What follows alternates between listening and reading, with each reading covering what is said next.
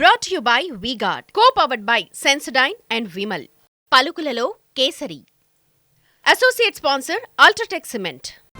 Kakinada Janasena MP అభ్యర్థి Tangella Uday Srinivas team పేరుతో దందా చేశారా? ఆర్థిక నేరాలకు సంబంధించి ఆయనపై లుకౌట్ నోటీసులు జారీ అయ్యాయా? హైదరాబాద్ లో పార్టీ ఆఫీస్ ని తగలబెట్టి వ్యూహాత్మకంగా సైడ్ అయిపోయారా? ఉదయ్ ఎన్నికల అఫిడవిట్ అంతా తప్పుల తడకేనా? కాకినాడ ఇలాఖాలో ఉదయ్ పై ఆరోపణల ఉప్పెన ఏపీ రాజకీయాలను వేడెక్కించింది. ఇంతకీ ఉదయ్ పై ట్రిగ్గర్ మీద ట్రిగ్గర్ నొక్కిన ఆ జనసేన నేత ఎవరు? వ్యభిచారైనటువంటి ఒక రాజకీయ బ్రోకర్ అయినటువంటి, ఒక రాజకీయ వ్యాపారి అయినటువంటి, ఒక రాజకీయ ఉన్మాదైనటువంటి తంగెళ్ల ఉదయ్ శ్రీనివాస్ సాక్షాత్తు వాళ్ళ పార్టీ అధ్యక్షున్నే బోడీ కొట్టించిన దొంగ తంగెళ్ల ఉదయ్ శ్రీనివాస్. పార్టీ ఆఫీసుల్లోనే సిగరెట్లు తాగిన వ్యక్తికి పార్లమెంటుకి మీరు పంపిస్తారా ప్రజలారా, కాకినాడ ప్రజలారా? కాకినాడ తీరంలో ప్రచార పర్వం పీక్స్ కి వెళ్తున్న వేళ Pasupuleti Sandeep royal hot comment రాజకీయ ప్రకంపనలు పుట్టించాయి. ఇప్పటిదాకా ఉన్నతమైన వ్యక్తులు 10 మందికి సాయం చేసిన వాళ్ళు మాత్రమే కాకినాడ ఎంపీగా గెలిచారు. కానీ ఈసారి జనసేన ఎంపీ అభ్యర్థి తంగెళ్ల ఉదయ్ శ్రీనివాస్ ను మాత్రం గెలిపించొద్దని ప్రజలకు విజ్ఞప్తి చేశారు సందీప్ రాయల్. ఇంతకు ఎవరి Sandeep royal? All of sudden గా ఎన్నికల ఉదయ్ పై ఆరోపణాస్త్రాల్ని సంధించారు.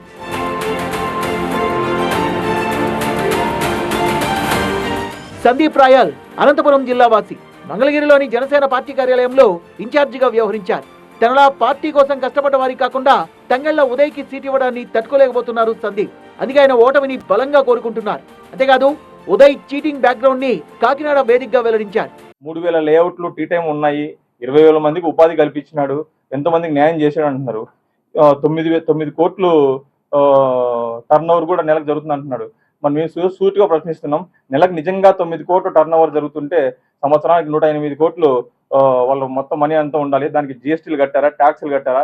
దొంగ కంపెనీలు పెట్టి ఎంతో మంది మోసం చేస్తున్నారని కూడా ఈ రోజు తెలియజేస్తున్నాం. ఇది ఉదయ్ అసలు సంగతి.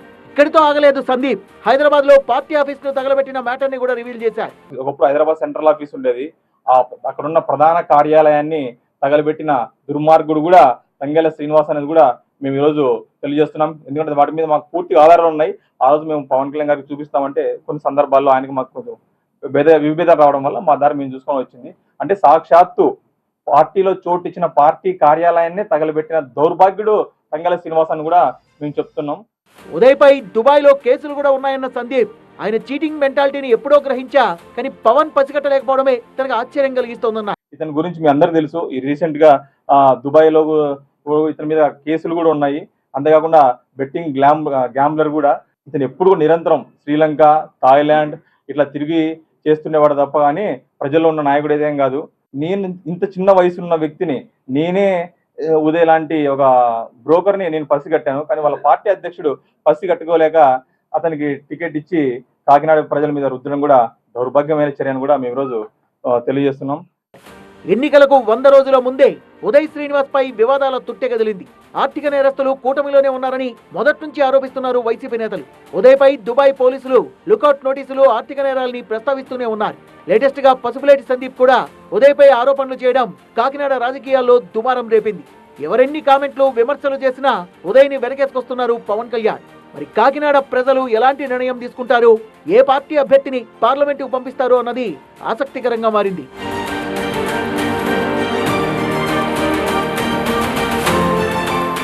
Brought to you by V-Guard, co-powered by Sensodyne and Vimal.